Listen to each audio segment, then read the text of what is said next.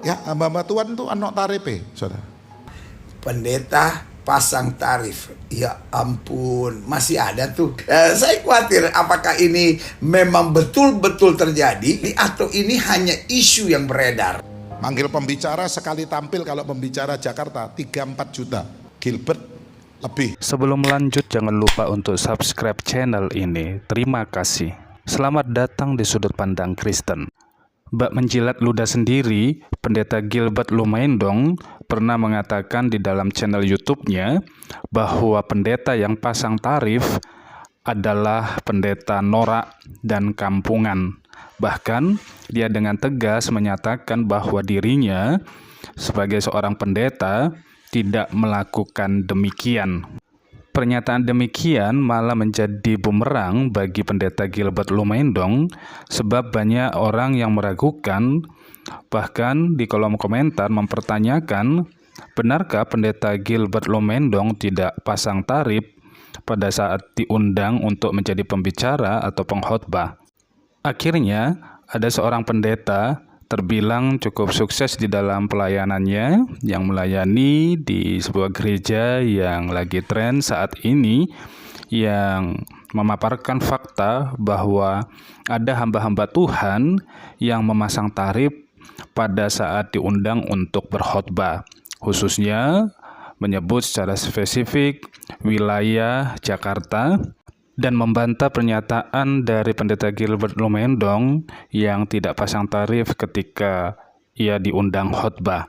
Padahal realitanya ia mengatakan bahwa tarif beliau ketika diundang khotbah, sekali khotbah, nilai nominalnya terbilang cukup fantastis.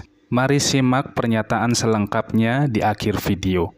Kita memberkati hamba Tuhan bukan supaya dia kaya, tetapi supaya pekerjaan Tuhan dapat berjalan lagi. Sehingga di kampung yang dia layani, gereja kecil yang dia layani, dengan persembahan yang kita berikan dari gereja, itu dapat memberkati mereka untuk terus melayani.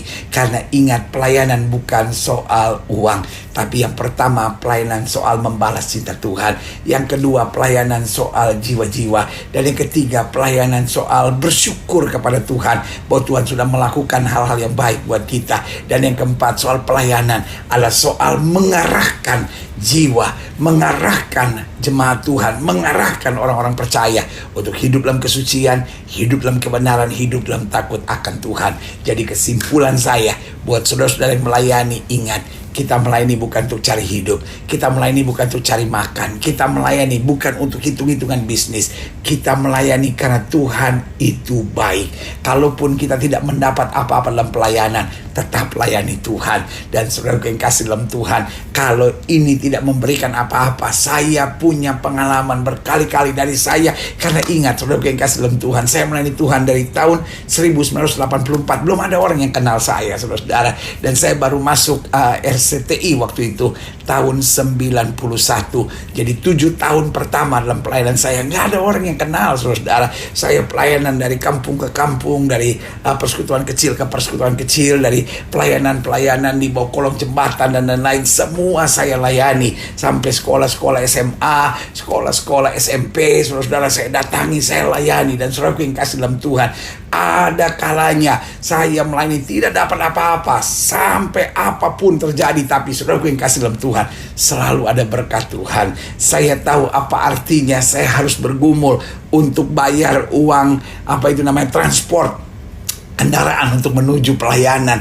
Tetapi sampai hari ini bisa saya buktikan bahwa Tuhan adalah Allah yang setia. Dia pelihara hamba-hambanya.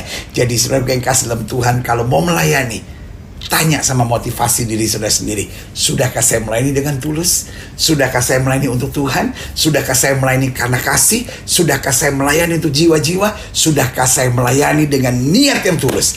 Hanya untuk memuliakan Kristus, untuk menjadi berkat buat jiwa-jiwa, hanya untuk meluaskan kerajaan Allah di muka bumi. Saudaraku yang kasih dalam Tuhan, doa saya program PSM hari ini menolong saudara untuk melayani dengan tulus. Jadi karena itu saudaraku yang kasih dalam Tuhan, kunci pelayanan yang pertama tulus, yang kedua tetap hidup dalam kesucian, 3 tetap berakar pada firman Tuhan, dan yang keempat punya kerinduan untuk menyenangkan hati Tuhan dan menjadi berkat bagi sesama.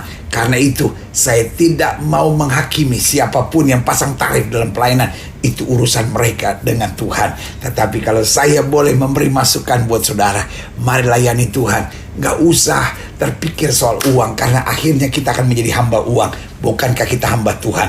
Tuhan yang akan bertanggung jawab dalam kehidupan kita. Manggil pembicara sekali tampil kalau pembicara Jakarta 3-4 juta. Gilbert lebih di atas 10. Benar. Ya, hamba-hamba Tuhan itu anak tarife, saudara. Ya kan? Belum yang lain. Main musik, beberapa song leader. Waduh, kita udah setiap minggu udah sampai kalau kita nggak diberi kekuatan Tuhan, saya collab.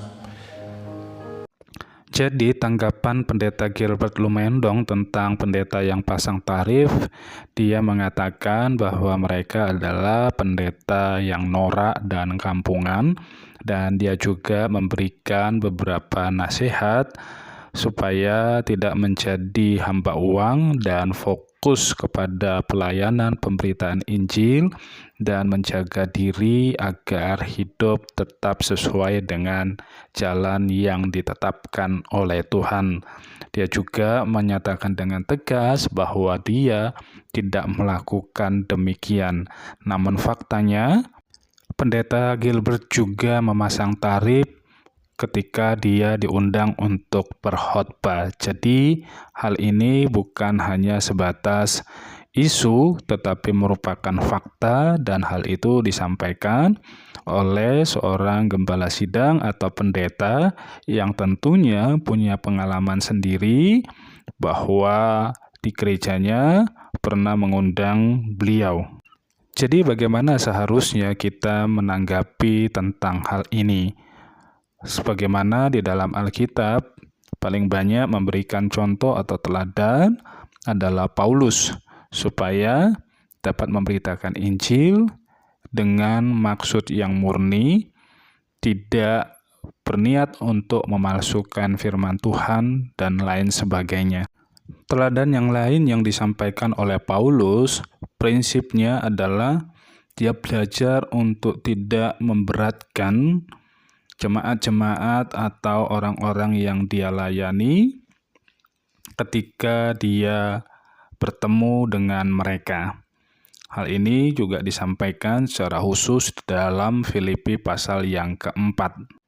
Paulus sangat mengapresiasi apa yang dilakukan oleh jemaat yang ada di Filipi. Ia memuji kasih mereka yang luar biasa. Tetapi Paulus menegaskan bahwa dia tahu apa itu kelimpahan, dia tahu apa itu kekurangan. Tetapi satu hal di dalam pelayanan, segala perkara dapat ditanggung di dalam Yesus yang memberikan kekuatan kepadanya. Tentang kasih yang diwujud nyatakan oleh jemaat yang ada di Filipi kepada Paulus dengan sebuah pemberian berupa uang, Paulus memuji bukan karena dia telah menerima pemberian itu, tetapi lebih jauh bahwa Paulus memuji karena melihat itu semua karena buah kasih, sehingga mereka mampu melakukan pelayanan demikian. Kiranya semua hamba Tuhan atau para pendeta yang dipercayakan mimbar untuk melayani, kiranya dimurnikan hatinya dengan motivasi, meskipun akan menerima tanda kasih ataupun tidak, tetap melayani. Intinya sebagaimana yang disampaikan oleh pendeta Gilbert, tetap fokus memberitakan Injil. Pasti Tuhan yang akan memelihara dan membukakan tingkap-tingkap langit bagi setiap hamba-hambanya.